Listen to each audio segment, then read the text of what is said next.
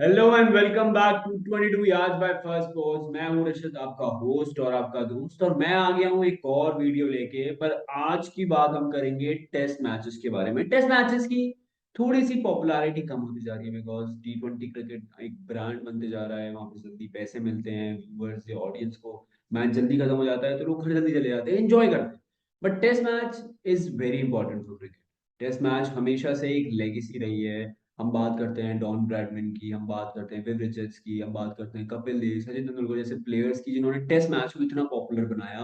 और cricket actually test cricket ही है। मतलब अगर आप बात करते हो 5 दिन खेलना, अपने आपको टेस्ट करना, तो वो क्रिकेट पर ज्यादा है। टेस्ट क्रिकेट को हम टेस्ट इसलिए बोलते हैं कि वो आपका पेशेंस टेस्ट करता है, आपको टेस्ट करता है कि आप इतने ओवर्स खेल सकते हो या नहीं खेल सकते, आप इस फील्ड प्लेसमेंट से खेल सकते हो या नहीं खेल सकते। तो हम बात करते हैं इंडिया वर्सेस साउथ अफ्रीका के बारे में।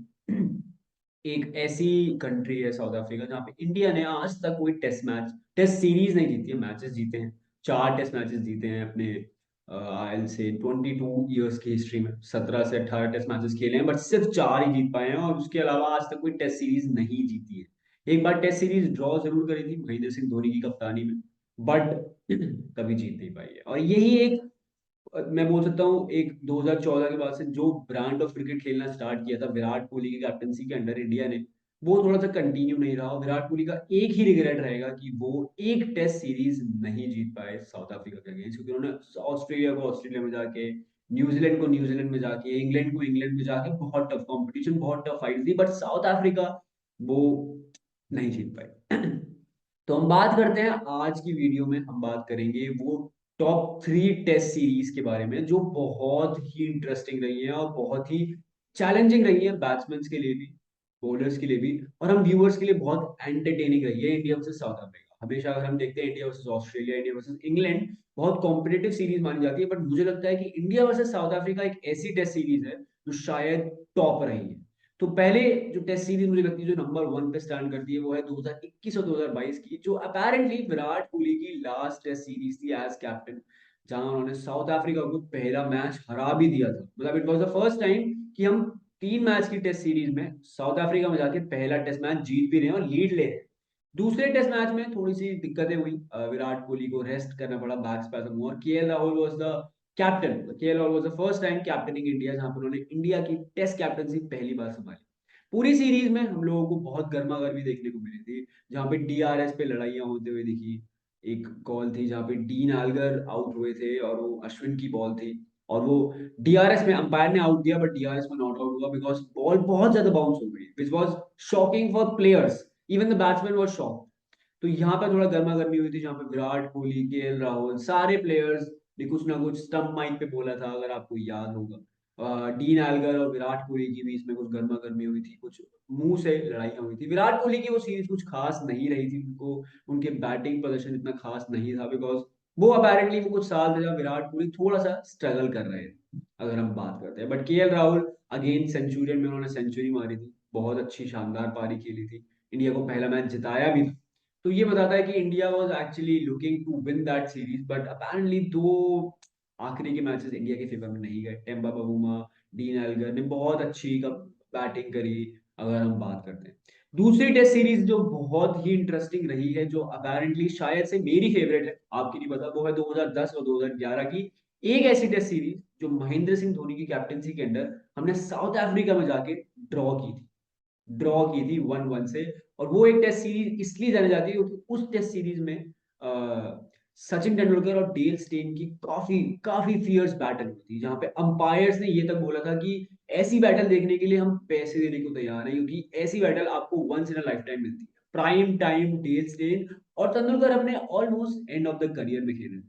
तेंदुलकर ने उस मैच में उस सीरीज में भी बहुत सेंचुरीज मारी थी, आई गेस 2 सेंचुरीज उस सीरीज में भी उनकी लगी थी, 3 मैचेस की सीरीज में।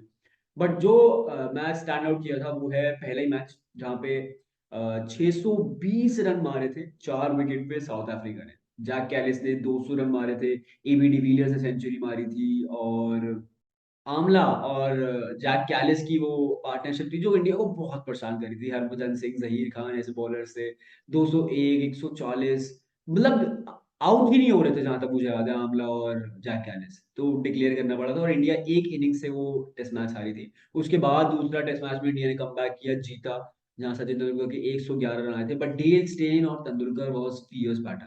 मुझे याद है कि 1994 के बाद पहली बार ऐसा हुआ था कि सचिन तेंदुलकर का टेस्ट एवरेज 50 से नीचे आया, which was very shocking because Dale Steyn was at his prime, जहां उनकी हवा में बॉल स्विंग हो रही है, पेस आ रही है। अगर डेल स्टेन का करियर थोड़ा सा प्रोलॉन्ग होता तो शायद से वो जेम्स एंडरसन के भी आगे निकल जाते, बट कहीं ना कहीं डेल स्टेन रिग्रेट करें।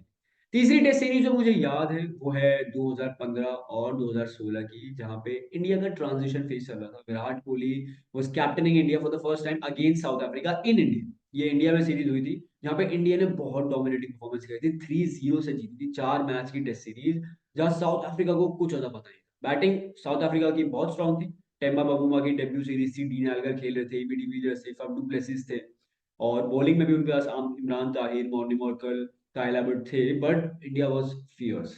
अगर हम बात करते हैं पहले मैच की, तो बहुत अच्छी सी कॉम्पिटिटिव विन, जहाँ पे शायद से ट्रांजिशन फेज हमें देखने को मिल रहा था। मुरली विजय और शिखर धवन ओपनिंग कर रहे हैं।